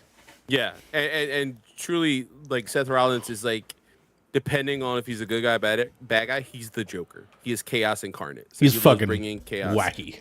Yeah. And so knowing this, wearing this outfit, bringing out these emotional scars, he tricks Roman basically into attacking him instead of Cody. Now, pause. Flashback a couple weeks ago. When this whole storyline started, Seth Rollins has a promo and looks at Cody. You're not fighting the bloodline on your own. If you need somebody, I'll be there. I will be your shield. I will be your shield. So as he comes that out, song. Yeah. Is that Enrique Iglesias? I'll be song? your hero, baby. I will kiss away the pain. Is there a I need a hero moment? Yeah, basically. So Roman. Well, I mean, this is it. So Roman chooses to hit Seth, just trying to wipe away all the 10 years of pain that he caused him. Seth takes the hit, but now Cody's back to full strength. Roman goes for his patented spear. Cody kicks him in the face, hits him with his crossroad 3 times, no interference. Middle of the mat, 1, 2, 3, and Cody Rhodes finishes his story. Yes. On top of that, did you notice though when you watched it back? Yeah. Roman's smiling at the end. Mm-hmm. Yes, they could not cut away from that because it's like the perfect angle. No, I think it's on purpose. Ooh, you think so? I think it's finally it's over. Like, I can be done with this. Like, I mean, again, you could take it either way because wrestling's fake and it's fucking whatever. The idea is stronger than what actually happened. Oh god. It could be just a happy coincidence. Yes. The amount of like dumbasses I see on Twitter every now and again, and just like, you guys know wrestling's fake, right? It's like, at this point, everybody knows wrestling's fake. Shut the fuck it's up. like I don't know how. I don't know how Isn't that the point? Shut up and go watch Deadpool 3, you fuck. Like, yeah, I don't know how you go watch it and like not think it's not fake. It's all about spectacle. Really think It's all somebody about, it's all fucking? about You that. think Undertaker's actually dead and just keeps coming back? Yeah. You fucking idiot. No, Yeah, the Red because Dead I'm Consensus- going to a play and not realizing that I'm watching a play. Like, what's... Yeah, Oh, these wait, guys what do come you mean to, these guys, Othello is not yeah, real? these guys come to the stage every day. What? Their whole Don't they life is have wrestling. lives? Why do they keep fighting in their underwear? Yeah. Why not just street clothes all the time? Yeah. that's what it is. But man, it was so beautiful. Such a great ending. I literally teared up.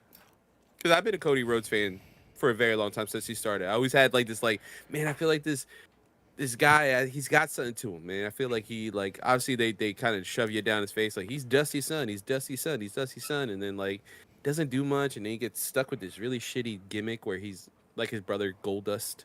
He's all weird, and it's like, oh, that works for your brother, not for you. This is weird.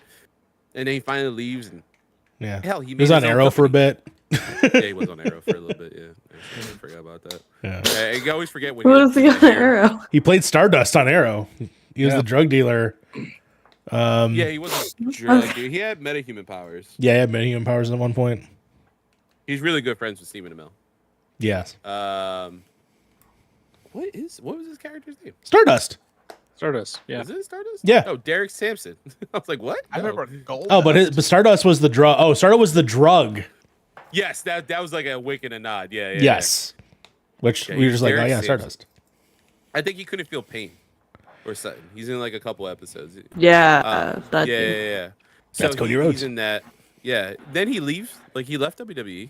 He was like, I don't want to be here anymore. I don't want to be this character. I know I'm better than this. Let me leave. Mm-hmm. And he proves himself. He goes on the indies, makes a name for himself, joins one of the most important groups in professional wrestling in the Bullet Club, meets 4 or 3 of the other most important people in wrestling in the Young Bucks and Kenny Omega. They all started a whole company called AEW. That goes off pretty well for a couple years. Then TK is like the owner of the company. Is like, hey, I don't see really a lot of value in you. Do you want more money? Nah, maybe I'll hire CM Punk. I'm sure this is not going to backfire on me at all. And here's Cody Rhodes like, listen, I should be bigger than this. You should give me more control of this company. But if you're not going to do that, I'll go back to WWE. And now he's undisputed heavyweight champion. And CM Punk is back at WWE. Yeah, and they're friends. And they're friends. Thanks, TK. Yes. You're an idiot with money. Oh, Lord. I think what I'm learning here is I don't actually want to watch wrestling. I want Carlos to have a podcast where you recap wrestling for other you people. painted a very good That was picture great. of that. Yeah, so Apron Work Podcast is coming back very soon, guys. You can Cool. youtube.com/@apronwork. I need you to go live when there's a WrestleMania or any pay-per-view event, and then just describe what you're seeing on the screen. Oh, you should be like the sketchy Russian commentator dude that I watch hockey with. Sure.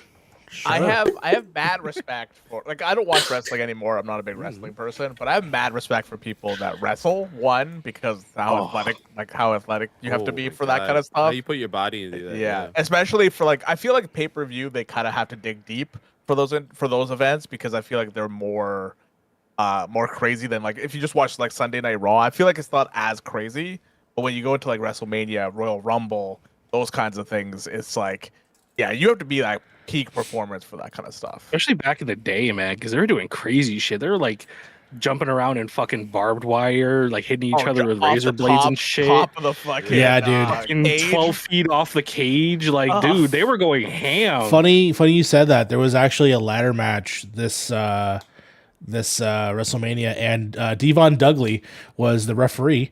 Of course, was part of that same era with all the tables, ladders, and chairs. Yeah. And when you saw a wrestler go through a ladder this time around, the cameras are very HD now, and you get really close up to the ladder. You're like, oh, that's fiberglass. That's very weak. It's not the best.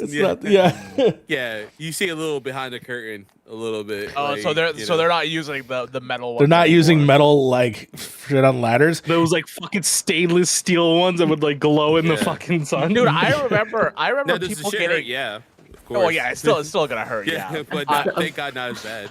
I remember like when they went through like the commentators table, and when the table didn't break. Oh yeah. And the people went through it, and you're like, oh, that guy's gonna be gone for a little bit. Or they'd hit each other with those fucking like steel, like those galvanized stairs. Yes. So we just pick those motherfuckers up and just. Yeah. The And you always stairs wonder, go like, up. man, are they really strong? And then they hit the ground and like, doo-doo. We're like, oh shit. Yeah. Like, They oh shit, motherfuckers are actually getting hit with these things. There's got to be a code for that now, right? Like, you gotta be like, oh god. I don't know what that was. Yeah, there's gotta be a code, right? Like short talk for stuff. Yeah, I mean it's crazy, like the level of detail and like how well they're trained, especially when you get into something like WWE, where they're so trained from such a, even if you're not doing that great, there's such a development system to get up to a point where you can get to this main roster, like the SmackDown and Raw shows, that like it's such a pipeline for churning out talent, whether it be like, hey man, can you do on the mic stuff? Yeah, we really need you to do that. But if you can excel in the ring and do some crazy shit like Ricochet, like someone like Ricochet, who can do a lot of stuff in the ring that's just so physically impressive, but like on the mic he's not great, but like it overshadows it a little bit, right? You get a little more with it. It's such a, again, to go back to that word, that pageantry, man, just to show off. Like it feels like it feels like unlike anything I've ever seen before. Like honestly, professional wrestling is one of the coolest things in that I can say in the world. Like I love anime, I love the MCU, I love DC, I love comic books. So I grew up with all that shit, and there's something so special about like that, because it feels like watching action figures in real life. Yeah. I mean, my main thing that I love we all had it, rediscovering wrestling was going back and watching all these YouTube videos of people talking about the history of different things that have happened throughout the years. And you're like, that's fucking insane. But then you remember those are real people that are doing it and not just a anime cartoon or something. Like, no, someone really gave birth to a hand. Someone really smashed an old lady through a table. Someone That happened. burnt the live man. TV. Yeah. There's like people that write this stuff, right? There's the actual writers for this, Yes. right? Yeah. Yeah, if That's done not right, like- there's a committee. That's one of the things I've noticed, especially in the past couple of years with the advent of AEW, and now kind of where it peaked and now it's kind of valleying with that company.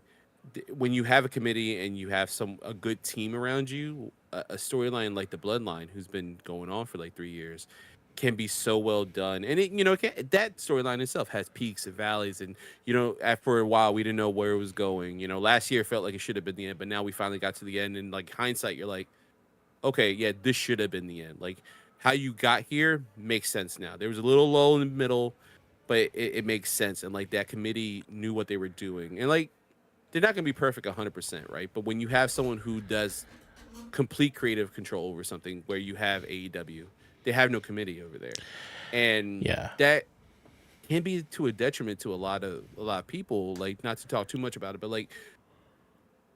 because we're talking about WrestleMania specifically, but with AEW, a lot of detriment over there is you have Tony Khan, who is the leader, of that group, and he has another company as well, ROH, and like there's no clear outline of what to do with either of those companies. It feels like, as someone watching from the outside looking in. Like, they know what they're doing with their women's division in ROH. That's great. But their main roster women's division is lacking. Like, they don't know what they're doing if it's not the world champion. Like, the TBS champion, their second tier title for the women, is not being used correctly the way it should have been. Like it should have been when Jade Cargill was in AEW. Now you have, like, I don't even know who the TBS champion is. I can't think of it. I can't tell you anything going on in AEW, and I was a massive fan. I was gonna wear an AEW shirt just the joke about it today, but I'm ebbs and flows over there right now. I'm enjoying what I'm seeing with WWE, primarily because I no longer know that asshole is there, and that the storylines are now going to organically go, as opposed to him forcing things in there and just changing shit on the fly. Like, it was a shit show for many years because he was just changing shit day of, throwing the script out, and just sort of having things happen. Well, now we can have something where we can actually organically grow something. Like, for instance, this whole like Bloodline with Cody thing was actually not going to happen. It was pretty much set in stone. It was going to be Roman Reigns versus The Rock, which makes sense because they're basically two titans of this giant family, and they were going to fight each other for control. But they didn't. But they listened to the fans. They wanted what the fans spoke up and were like, "Hey, we want this guy as our champion," and they listened. And they pivot, and they told a more organic story to get to this point. So there's definitely a lot more hope. Rock too, right? Yeah, like The Rock is legitimately in real life. Dwayne Johnson is on the board of directors for TKO, which is the holding company that owns UFC and WWE. Like, he's on that. He got shares. He got $9 million in shares, like, as of yesterday, because he filled his requirements for being part of the board of directors. He got more money and more power in that company, and he could have been an asshole. I mean, there's a whole documentary that came out today. I haven't had a chance to watch it. Yeah, I want to watch it. About the road to WrestleMania this year, and they were blunt about it. Like, we saw the first trailer at Raw Monday when I was in Philly, they played it for us, and they were very upfront that The Rock was supposed to be the main event. Cody was not supposed to be the main event, and stuff happened. CM Punk got hurt, as he does, and Seth Rollins is champion. He needed something new, and then like they kind of weaved this perfect storyline, and Rock was man enough to be like, "Listen, I'm gonna step out of the way." Yeah, That's but I think it surprising. comes. But I think it comes to the point where, like, since he is on the board and he has shares, how does the WWE make more money? How do they make it so the fans are going to spend more money, or they're going to come watch more, and more pay-per-views are going to be sold? Mm-hmm. This is the way to do it. If the fans want this, then this is what probably should happen, right? Because, like, sure, he probably did it for, like, you could say he did it for his own selfless thing, but like, what's going to make more money for the WWE? Oh yeah. This will, instead of The Rock being, the number one on the card. Obviously, they said that he was supposed to be, but like, when you look at like hindsight, it's like, well, probably would have been better this way. Like, this is He knows where what's going to generate money. he's the Rock. like, He doesn't need more Rock. money. Like, he doesn't need that kind of type thing, right? He just like, he's one of those people that like, he probably wants to see the sport grow too. So. Yeah, I mean, he grew up in it, and then seeing like someone like Cena, who, again, I mentioned earlier, was like forced down our throats in the aughts, just constantly. Like, he was a bad guy, he worked his way up. He was a good guy, then a bad guy, and then worked his way up naturally. We all loved him, and then became a good guy, and then never turned, despite us saying he sucks, despite all this stuff, and not pivoting in a way where he could be like kind of cool. He was cool for little kids, but not cool for like the adults to watch as well. You have someone unique in Cody, who is this baby face who we also love, but also He's not Superman. punk. He's Captain America. He's all these things, but he's also Yeah. Homelander in iconography. Like it's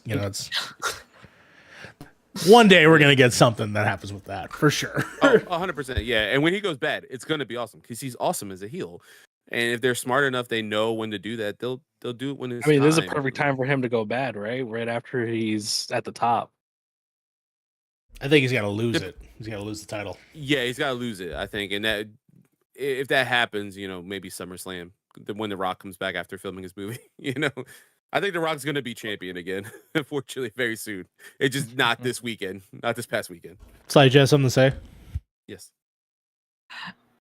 No, I was just like thinking, like, when you're talking about somebody who is a part of the sport and then moves into a more admin role, like, obviously, like, they have the understanding of what it takes to participate but also run it. And so, like, taking a step back, being like, this is what's best for the future, makes total sense in that position. And it's cool to see somebody who could, like, very easily be like, nah, I'm the star here. Be able to like recognize, somebody should have said that when he made Black Adam. If somebody was there when they said that, somebody should have. Yeah, great, yeah. But, Skyscraper. I mean, Nip Campbell's in Skyscraper, so that's nice. But yeah, I mean, there's that difficulty, right? I mean, if you see the history, and it kind of makes sense when you, in hindsight, again, we talk about that. You see Vince McMahon, right? How he started, right? His father, Vince McMahon Sr., promised there was territories. There's different companies that own sections, and you couldn't, like, you had to loan your wrestler out, right? If you're from the Northeast, you're like, I want this guy down here in Carolina. All right, well, send me one of your guys. Send me Ric Flair. You send me Ric Flair, I'll send you Bruno Sammartino down there, and we'll do a couple weeks here. But like, he's my champion, he can't lose. Like, there was politics there when it came to it. Vince McMahon Sr. promised every promoter that I will never take. He was very popular at the time. Like, I will never take over another promotion. The second he died, and the second Vince McMahon Jr. came into power, and the Vince McMahon we know and hate, he literally turned his back on every ideal that his father had. He started buying up promotions left and right. He started screwing people over left and right. Started running ads in Carolina when he shouldn't have, And this was the Wild West days. I mean, there's documentaries you watch on Vice called, Dark Side of the Ring, or Dark Side of the Territories. Will tell you the history of like a wrestler like Harley Race, who had his own territory. And hey, WWE's, WWF back in the day was in their backyard. Well, he showed up with a gun and lit the ring on fire because he's like, "Fuck you! You're not supposed to be here." Where's he from? Mississippi. Yeah. Yeah, That's a crazy motherfucker right there. Yeah, right. Harley Race, man. And then eventually, Vince buys you, and then you show up on WWF. And then he got I mean, that's what That's happened the- to Harley Race, right? It's a crazy thing, right? When you're that CEO kind of conglomerate, where it's just like it's not a matter of like do you sign? It's a matter of when you get signed, right? It's just like Exactly. you either Is it gonna become part of the happen? machine Yeah. or you get eaten by it. Yeah, and he created like this kind of toxic workplace where he knew that he was right, and because he was right so many times, and it worked out to his benefit. Then he was like, "Well, I'm never wrong. I can't be wrong. This John Mhm. Cena guy has to be the guy forever, no matter what the fans say, no matter who wants this, no matter what. Because look, he's selling T-shirts. I'm like, yeah, because little kids fucking love him. Like, you can give us somebody new naturally and build somebody up. You get CM Punk, you can have him naturally be the main event, like how he should have been back in the day, 10 years ago. Like, and then all the horrendous shit that came out afterwards, about all the shit that he's done in real life. It makes sense. This dude is power hungry and literally insane. Like he is. It's not surprising. Real to know life that Logan Roy. I didn't know that his. I didn't know his Dude, dad's name was that is also literally Vince. what happened. Like, Real life Logan Roy. I didn't know his father's name was also Vince. They're both Yeah. Vinces. yeah. yeah, man. And Senior was apparently, from all intents and purposes, it seems like a stand-up dude for back in the day. Like when it came to business, and then Vince just shit on all that. I mean, he made the WWF, and I've been a fan my whole life, so it's like hard to someone growing up in the early '90s to now to be like, oh yeah, WWF is awesome, like, and WWE is awesome, but like we have to acknowledge the fact of how it started and the negativity that came down, how many people. I guess put out of my business. biggest thing, because like I know there was a big controversy happening with the WWE with like, because they're all contractors, right? they're independent. They are all independent contractors. So like, what wasn't one of the biggest things about like their healthcare and stuff like that was always not the best, and like They don't have any. Then not being paid as much as they're supposed to, as well. Yeah, that's. I guess that's it kind of depends on what. what it depends on what card you're on too, right? Like it all kind of depends on that too. So Yeah, for the most part, from the several years now, it sounds like everything in terms of healthcare is on the up and up, where they take every precaution. If you show any signs of any possible, because they have that history with Chris Benoit, we keep mentioning him throughout this whole show, but they have that history. Chris Benoit, we keep bringing him up. We keep bringing him up, but he is. but it is that's supposed He's to an child important figure, for that though, right? Yes. Like it's not even like wrestling. This happens in like the NFL is a huge thing too. Yeah, like, they had something that happened. like that one guy who had like a concussion, stuff like that. That kind of like changed things up, right? Yeah, It was he- the NFL and the NHL recently had one of their big guys. He committed suicide because of that too, right? So like, CTE, yeah. it's He- a huge thing. There was a guy that killed himself, but like maintained his brain because he wanted to be studied. Like that kind of stuff of like the trauma that a lot of these people do go through. And definitely they have been taking the precaution. There have been wrestlers that have been retired. They have now since have been healed over years of much therapy and physical therapy and stuff like that they have come back. But yeah, they've taken every precaution to make sure that at the very least a situation like that doesn't happen again. There have been instances that are well documented, like CM Punk's medical stuff, but again, that was another era. And now we're in the Paul Levesque era, which hopefully this is very much like you come to work and you're happy to be here. You're not scared of some sort of hierarchy that you do not understand. Because some guy doesn't like the fact that you sneeze. It's like stupid shit like that was happening. So now that is supposedly done, we are all for the races of like, hey, let's now get to actual quality matches, characters, and storylines. Yeah, because when you got someone that old, you're just gonna keep getting like antiquated bullshit anyway. Like He that loved kind fart of- jokes. I'll fucking tell you what. He loved the fart joke. Loved them. very strange for an old man to just love. He just loved them so much. He made a guy puke in his interview, and he called him man, puke yeah. for years, if I'm not mistaken. Yeah. Weird. There was that, and then what's the other weird thing he did? Fucking didn't burritos, or is that Who Donald knows, Trump? right? He said the N word on Raw one time. He did. That was weird. That was weird. That was a bit. Yes. Who And then who there was knows what someone There of was a that black stature's been wrestler, up to? Booker T, Yeah. who was like, "Tell me he did not just say that." They're like, it was a skit, and I was like, "No, this is weird." Yeah. Yeah. I don't think. No, I don't think I don't know that's about that. what that word means. I don't think that's a bit. No. Very weird guy. You can tell he's a shisty little bastard. He's a little greasy prick. Just look at him. Just look at him. He looks especially greasy. now with that mustache. Ooh. I would have, fuck.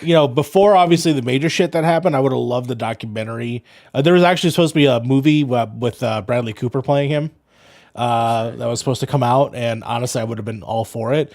Now I don't really give a fuck anymore if they do anything. It'll be gross. It's just gonna be gross from beginning to end. Yeah, you know, same thing with Hulk Hogan. I don't need a documentary either. I'm fine with fuck that as well. man. But yeah. But anyways, wrestling's great, and everyone should check it out.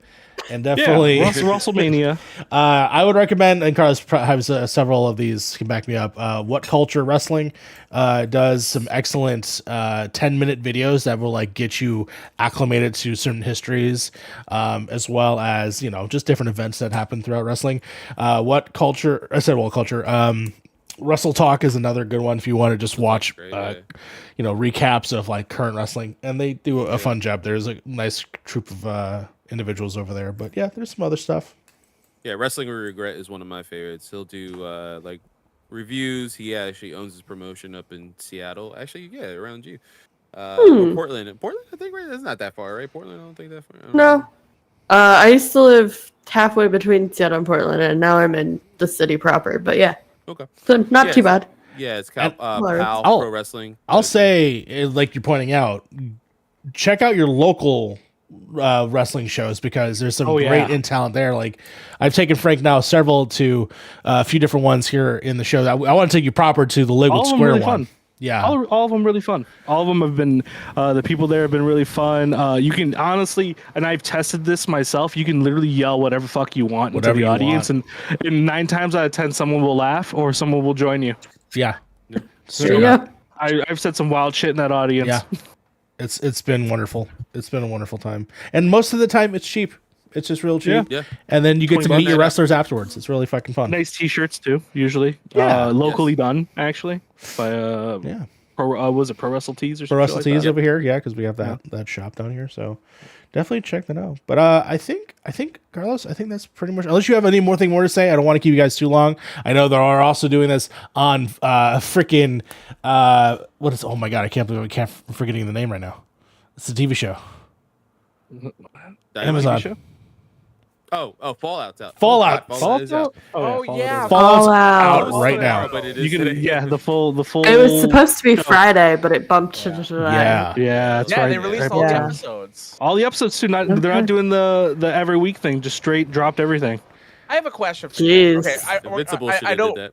I know we're gonna pivot. We're probably gonna be done here in a second. I have Yeah. a quick. I want to go around the horn here. Yes. As Mhm. what is your guys' preferred way of TV? Oh. Is it all or is it once per week? And do you have if you're a once per week person, do you look at a show that shows all the episodes off at once? Like that's like a bad thing? Like they're just trying to just throw it out there? No. That's a good question. I can answer this. It depends on the conversation, honestly. If there is a good conversation to be talked about for something, like when we talked about Last of Us, I think that was a good one. Yes. I prefer it weekly, right? I prefer to have us to digest everything through a week, right? If it's just me and I'm sitting down and I'm hyped for the show, I want to watch it, and I don't really care about talking about it with other people, 100% drop the whole thing down. Let me binge the whole thing from beginning to end. Because honestly, sometimes I forget and don't come back to it. Unless there's a conversation behind it, right? Yeah. I'm pretty similar. However, I do kind of look down on when people drop it all at once. I think that means that you don't think you have a strong individual product. I think your season is good, but your show, your episodes aren't as strong. So I like a show that is structured and designed to be weekly. I like having the option to engage in that weekly conversation. I built a whole show around that, right? However, if I'm going to watch something for pleasure and not necessarily for the content, I like to binge it. I've been watching Alex Rider, the Prime show, because season 3 dropped last week, and I was a big fan of the books as a kid. And it started in 2020, but I had never really gotten around to watching it because I was I want to binge through it like I binged through the books when I was reading them, right? And so I've been watching that and I love being able to I don't know, see the story play out over a whole arc, but also be able to step away after an episode. Like if you're designed like a 8-hour movie, that's not my preferred content style. That's fair. That's fair. I feel like that's where a lot of MCU shows falter. Well, Yeah. I'm actually going to mention that today because, for instance, there are shows I feel like that I don't think are necessarily meant for the conversation. Like, for instance, I watched all of Reacher season 2 by accident because I didn't know because I couldn't watch season 1, or I watched 2 thinking I was watching season 1 because I just binged all the way through it. But I didn't think it was necessarily a show that I'm like, yeah, I need to see that week to week. I'm kind of happy that I was able to just one night just burn through it.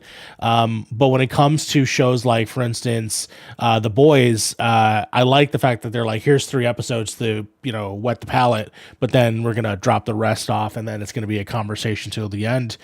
Like today, for instance, the X-Men 97 episode came out today, and holy shit, if I, just binge that, I mean, I don't know, the conversation would be like how I see this morning of everyone talking about it. So yeah, I think that my preferred way is to do if it's a great show like this, go through it. If it is something that I think is sort of passable, but again, you don't know until you know. Yeah. I will say my least favorite. Go ahead. Go ahead. Yeah. Oh, okay. My least favorite is what they did for Young Royal season 3, which I still haven't watched because I was a little salty about this. Is that they dropped all but the finale 1 week and then waited a week or 2 to drop the finale. That's dumb. Don't do that. That is weird. I don't know. Ask Netflix. Fucking weird. That is They did that weird. with, they did that with You, the show called yeah. You, Wow. where they released the first half in October and then they released the second half in February. It's like, dude, just release the entire fucking thing. Okay, that's over at something this they did. I think that's what they're doing with Bridgerton. They did with Stranger it's something Things. they're doing where they're doing half and half. Yeah. Okay, fine, whatever. But Still, this was I don't know, they did 5 episodes 1 week and then the next week did episode 6 and I'm like, that's dumb. That's not gonna make me want to watch the show. On a show that probably doesn't need a lot of CGI, weird. Yeah, No. or no animation or anything. Like Invincible was, and I'm a big fan of that comic book series. And watching this past season, I've absolutely loved it. But when you can obviously tell there was issues because of the writers and actors strike, which totally makes sense. Don't get me wrong. Wait, but just wait. Yeah, just wait until everything's done, where you guys can talk about it in the press and everything. I don't mind waiting because there's a shitload of other anime I have to watch. There's wrestling every week. There's something else I have to watch every week. And you could do it weekly instead of this big break for Invincible. And I know for so many people, it's soured on them because it's the finale is not as impactful. I'm like, well, it is because if you read the books, but it is. Yeah, I think release schedule has a big thing because I've heard about the Invincible thing where they're just doing 3 It just killed episodes at a hype. time. And it's just one of the, and it's pretty you don't know when the next episodes are coming out until later on. Some people are like, this is season 3. We're like, no, this is actually the second half of season 2 because also the way they have it listed is goofy. I'm catching up too. I'm only 2 episodes left on it, and I lost steam on it, and I don't want to because I do love those original books that I have read, and I was enjoying at the first season, but for some reason this season was just hit a ton of bricks. Yeah, It's that mid-season break. It was weird. It was. Yeah. Yeah. One of my favorite series that I watch, and I always talk about it, I think I text you, Mary, about it because you're the only person that watches it. I love Chucky. I love Chucky so much. It's so wonderfully gory and it's fantastic. And me and Mary have talked about this. Yeah. One of the most beautiful queer love stories that is going on right now in any television series between, was it Devin and, why can't I think of his name? Oh man, I forgot about the other, yeah, but the 2 boys, they're and seeing 2 their leads. young love, as they blossom and they're dealing with the serial killer and the doll and all the crazy shit in their lives, and everything's just great, and it's been an amazing show, but that's a show that's always on the bubble because Chucky is a weird product, right, in general, and the show's been pretty good, and so we're on season 3, but there's been a big break since October, and now it's back tonight for the first time. And I'm worried. I know I'm hype about it, and I'll see it on Peacock tomorrow. But is everyone else gonna be hype? or did we finally lose all steam and we're not going to get a season 4 Chucky, or Yeah. it's going to be another 5 years before the next movie or anything to continue the story. And it's weird because that comes out usually in October, and this now we're mid-May. You know, Yeah, I'm not. This seems like a weird time to digest famous Chucky. horror time period, mid-May. May, yeah. But yeah, I love stuff. I love stuff like, especially if it's kind of written in a way where it is weekly. You could tell the show that's written weekly and the show that's meant to be binged. So yeah, like Sai said, maybe you're right. Maybe like Fallout is meant in a way because it's a game, right? You sit down, you play the game, you play it through. It's not, you're not going chipping at it every week and doing like, this week's story is this, unless you're playing Fallout 76, but that game sucks. I don't know, man. I might download it. Yeah, I know, right? Because I might go back to Fallout 4. But like maybe that's what this is. It's supposed to be bingeable in one sitting because it's like the game. You sit down and you play the game. You get something like X-Men 97, which absolutely I had to watch early because I saw your tweet and I'm like, God damn it! Now I can't wait till later. I gotta watch it now. And it broke me. It broke me this morning at work. I was absolutely devastated for most of the day. That's like a comic book, right? Every Wednesday, you go to your comic book shop and you pick up your latest Saturday issue morning of, cartoons too. Exactly, Dude. So like, I woke up at 6 a.m. by accident. By the way, I didn't mean Did you to. eat some cereal? No, I should have. We don't have What milk. the right here. fuck, bro? The fucking garage fell. This house falling Fruit apart, Loops. man. Fruit Loops. Yeah, Fruit what Loops. the fuck? Put some water in it. What is It's this? a Fucking Friday? Why we got no milk? You got money for milk? Got ham, no burger. I gotta say, the best part about not being able to drink real milk is I did buy a Costco pack of oat milk, and I will never need to buy milk again for like a year. All right, well, Oh yeah, enjoy. you're good. Shelf life on that thing is Good. Fucking, Oh, yeah. yeah. If the apocalypse happens, Yeah. like in Fallout, I'm prepared. Which means this Carlos is podcast is a- sponsored by Fallout. Carlos is right God, on we the, wish.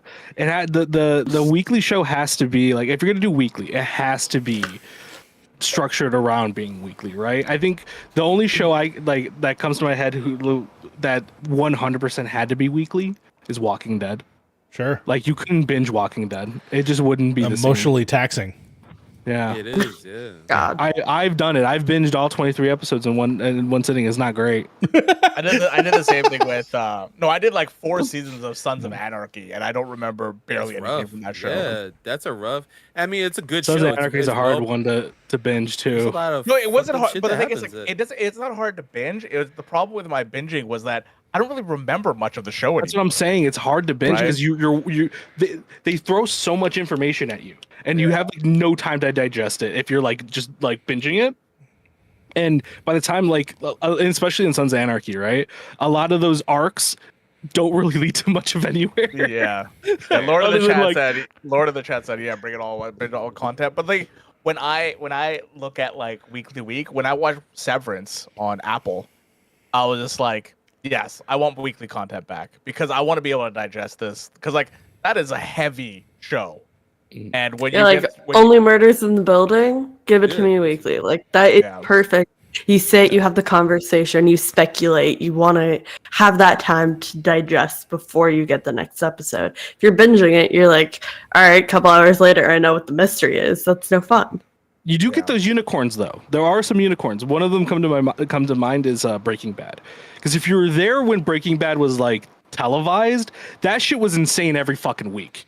Breaking Bad, like Game of Thrones Absolutely was the nuts same way every too. week. Yeah. Game of Thrones was the same Like, way. fucking nuts. But then you can, with Breaking Bad, the reason I call it a unicorn is you can technically go back and binge that and it'll still like be totally fine. Like you feel like you didn't really miss out on much of anything, right? Because the way the story's written, but each episode being almost a cliffhanger in and of itself was so good for fucking TV for that week to week. Yeah. I wish I was around when The Sopranos were live. But I watched it me at the same time as Frank did. We just binged all the way through it. It was a great time, but I kind of wish I was like, man, what are people doing at the season finale of all this, of having these conversations? Like, I wouldn't be there with the series finale of the Sopranos, so I probably would have bitched. dude, I honestly. remember it I being probably fucking would've painful pissed. for people, but like, Yeah, I People remember were everyone visceral talking about it. Yeah, that's one of those crazy things. But like, let's also consider like so many of us love other things, right? Like, Yeah. like look at the time. So like Harv Twitch streams, right? And then whenever we get a Final Fantasy game done, we're doing Chaos Bringers as well. You guys are doing Yeah. Pip the same week, so like Tuesday is like Chaos Bringers, Wednesday is Pip, Thursday, Monday, Friday, and even like the days we're done episodes, Harv streaming. Frank's playing like Final Fantasy and he's playing like Helldivers. Like Sly's playing an indie game and reading books like and comics, and then like Mario's watching X-Men and then do this and then me and Frank are talking about Chainsaw Man because we're reading the manga every week, and then at the same time, I'm trying to catch up with anime, and it's like It's there's just so much shit to watch that when you get a weekly series, it's almost nice. It's like, oh, cool, I have like 45 minutes set. I know this is the only episode I have to watch. I watch this, I'm good. I can play Final Fantasy VII. I can do whatever else I want to do that day. That it's done. That is done. I have my 30 minutes. I'm good. Yeah. Did I answer your question, Harv? Yeah, no, it's just interesting because like Fallout came out today and they've released everything, so I'm kind of like I don't like it's getting good reviews, it's getting amazing reviews. So like, I honestly, if you want my opinion on it, it does feel like a weird move on Amazon's part.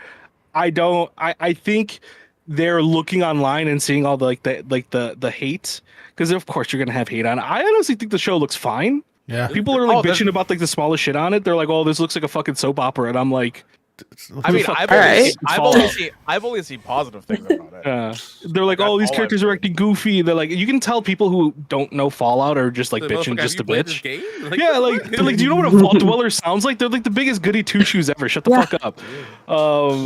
But I do feel like Amazon definitely looked at that, and then I 100% the viewership on Invincible has obviously gone down because of that mid-season break. It's very obvious because a lot of people don't even know that the show's even back. I know a few people in my life where I'm like, "Hey, Invincible's back, right?" And they're like, "The fuck, they're already 3 episodes in." Yeah. Like there's like nothing behind it, right? So they're probably looking at viewership on that and be like, we need ROI right now. Like let's get it out, put it out. Now with the ads too on Amazon, like it's probably they probably get more ads out of somebody in a binge session than they would as somebody who's maybe not going to renew next month, right? True. Yeah, and I think they went through Lord of the Rings. I think that was a weekly thing. Right, and I don't think the viewership was as much as they wanted it, so maybe they're just trying something. I forgot that exists, and I still have not watched it. The Amazon Prime ads, I think it was Lord of the Rings. Yeah. Well, I mean, but I think it was a personal attack on me because it was supposed to come out as a birthday present to me, and now it's not, and I'm a little offended about that. Well, Fair. Yeah. But you know what is a birthday present to you? The show ending. We're gonna end the episode early. The show ending. Oh And by no! early, I mean 2 minutes. 2 minutes. We're ending the podcast. 2 minutes from 10 o'clock. The episode that we usually do. The episode, not the show. Not yet. Hold on, keep it going for 2 more minutes. God damn it. I want to thank everyone, of course, here talking. I want to thank our guest, Carlos. Carlos, thank you so much for bringing up and ordering everything that is, of course. We barely scratched the surface of what WrestleMania really is. Really, yeah. And I think you'll have a great time, because where are you going to talk about all your WrestleMania content at now? Because you have something coming up. Absolutely, yeah. We are coming back. The new era, as in like WWE has a new era, the Paul Levesque era. We're going to have a new era of Apron Work podcast. We're coming back. Me and my co-host, Michael Respass, we're going to be coming back soon once he changes to day shift. So, of course. No more night shift, and no more me doing a podcast at 1 o'clock in the morning on a work night. Damn. That was really rough for me. That. Shout out to I Feet. did it. Yeah, shout out to Feet. Fair. Yeah. Fair. Yeah, very fair. Very fair. But yeah, that's gonna be coming back soon. I have some ideas for some, Nerder Day content with WWE 2K24. Once I gotta purchase it first, and then I have some ideas after that. But yeah, you can always find me again, youtube.com/@apronwork, because we don't have like the full, thing. We have the at. You can find all our content there, all our previous episodes. Again, a highlight for me, if you want to look up those past episodes, our interview with former MLW World Heavyweight Champion Alex Kane is really good. We got to talking about being a person of color in professional wrestling and being a fan of. That was a really deep discussion that got really awesome. And it's a good discussion when the white commenters are like, "Why they gotta bring up race?" I'm like, "Yep, we did it. Nope. Because we pissed you off. That's why we gotta bring it up, bitch." Fucking awesome. Oh Lord. Anyways, Harv, where can people find you on the net? You can find me at Beard in the Hair pretty much everywhere. I'm doing a lot of Elden Ring stuff on Twitch. I was supposed to get you videos this week, but I keep dying on the runs. So I keep failing at them. So but we're almost done. I just keep getting murdered. I keep coming back to life. Dude, I get to like the second last boss or third last boss, and I die, and I'm like, God damn it. We got That's frustrating. But yeah, and then and I'm doing something new on the channel starting tomorrow. Well, we're gonna do it probably once or twice a week, which is the Elden Ring Bingo, where you play bingo by doing things in Elden Ring. Okay. Bingo. All right. Fair. I'm really interested to watch. I can't wait till Harv eventually gets to the point where he's playing Elden Ring with a fucking Guitar Hero controller. I could really see it happening. I want to do what I really want to do is I know this has already been done. I want to do one with I actually do want to do one with a Guitar Hero pick, like a Guitar Hero guitar. I think it'd be really fun to do. I do also want to do a dance pad at some point. Get the dance pad just like every time we touch, I get this feeling. Awesome. Yeah. You see the TARDIS just like Some guy beat the entire game recently without getting hit. Every boss. Wow. Every main boss with a flute. Ooh, Jesus fancy. Christ. Yeah. Wow. God, that is cursed. How do these people come up with this shit? What special skills in your brain that just lets you do that? The whole thing for because right now bingo's a big thing for Elden Ring, but the dance pad was a big thing for a little bit. I think one person is playing with one hand. They're trying to play the game with one hand, and we're only doing this because we just want to play this game. You're And we're waiting for the Gotta fucking keep it DLC fresh. to come out at some point in June. So we're just trying to play this game and just you gotta do what they did with the Pokemon run where they had a goldfish fucking play. What? Okay. Goldfish? Oh no, there was. Oh my god! Don't tell me there's a fucking goldfish Elden Ring run. No. There's a guy named Point Grow. He's a YouTuber. Okay. He had a real goldfish. This is a real goldfish. Yeah, the other one was a real goldfish too. I think. And he put prompts on the screen, and the goldfish was going around, and every prompt it hit, it did an action in the game. Oh, the prompts God, were all that's so there, cool. and it beat Godric, the first boss. There is no excuse. There's no excuse for any of you no skill motherfuckers to not be Godric if a fucking goldfish can do it.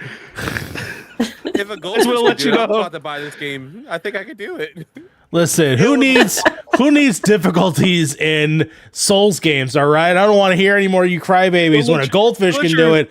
Oh, but of course you should buy the accessibility controller. That's an extra $150 add-on to that. Elden Ring and you get killed by Godric, just remember that a fucking goldfish cleared it before you did. Yeah, kind of wild, right? The worst of the fish. Anyways, I was kidding. Man. That was a joke.